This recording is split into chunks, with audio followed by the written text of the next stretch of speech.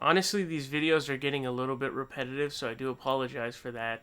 But it's another morning, another day. This time it's 7:20 a.m. that I'm recording this, and Trump is going on another one of his tweet storms.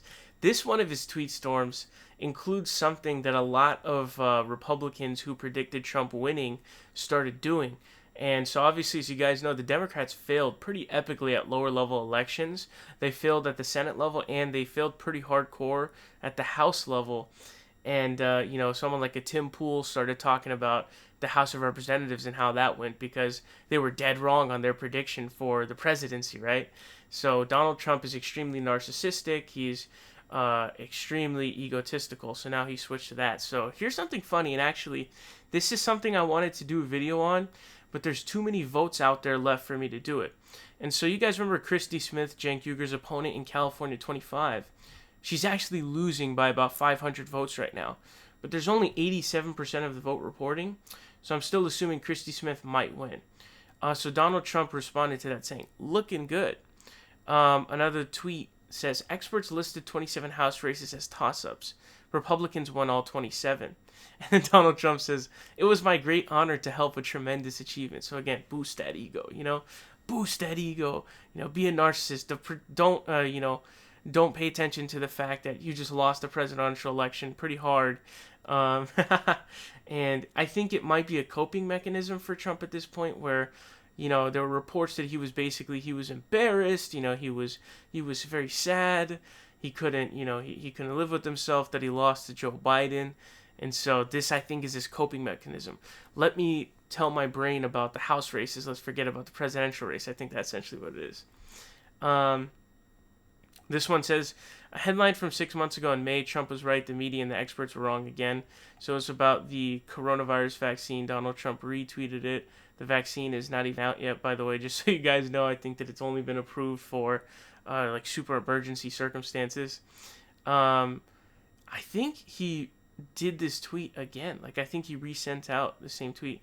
This tweet from New York Times says President Trump received 10.1 million more votes across the U.S. than he received 4 years ago, including in areas with the majority of Hispanic voters. So this is definitely the tweet from yesterday that he tweeted about.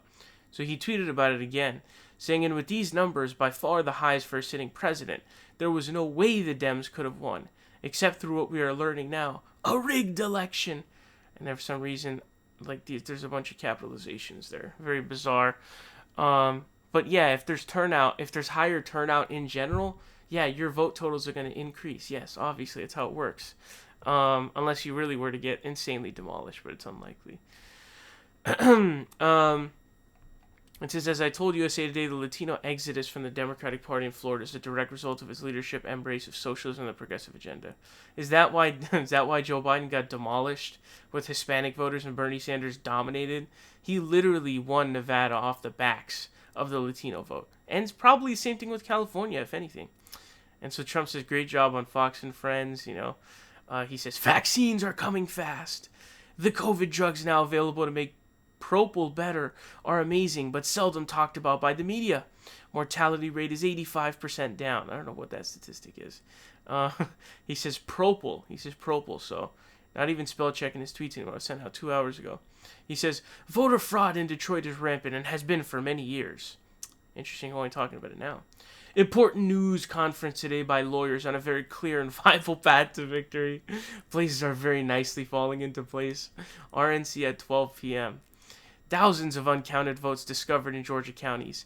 When the much more important signature match takes place, the state will flip Republican and very quickly. Get it done, Brian Kemp. Well, you think people can vote twice? You think that people can vote for dead people? They're not going to realize it? He says, almost zero ballots rejected in Georgia this election. In years past, close to 4%. Not possible. Must have signature check on envelopes now. Very easy to do. Dems fighting because they got caught. Far more votes than needed for flip. Republicans must get tough. So he keeps adding Brian Kemp of Georgia. Now, if you remember Brian Kemp of Georgia, he only won that Georgia race because he cheated. He literally cheated that race. Stacey Abrams should have won that race. So I think Trump is pissed because he's like, dude, what the fuck? Why are you not cheating right now? And I think Brian Kemp was the Secretary of State, I think, during last time's general election, I think. So, makes it even more shady. But he's governor now. He's not the Secretary of State anymore. So it looks like the Secretary of State isn't as crazy as these other guys, but they're eating him alive now, essentially.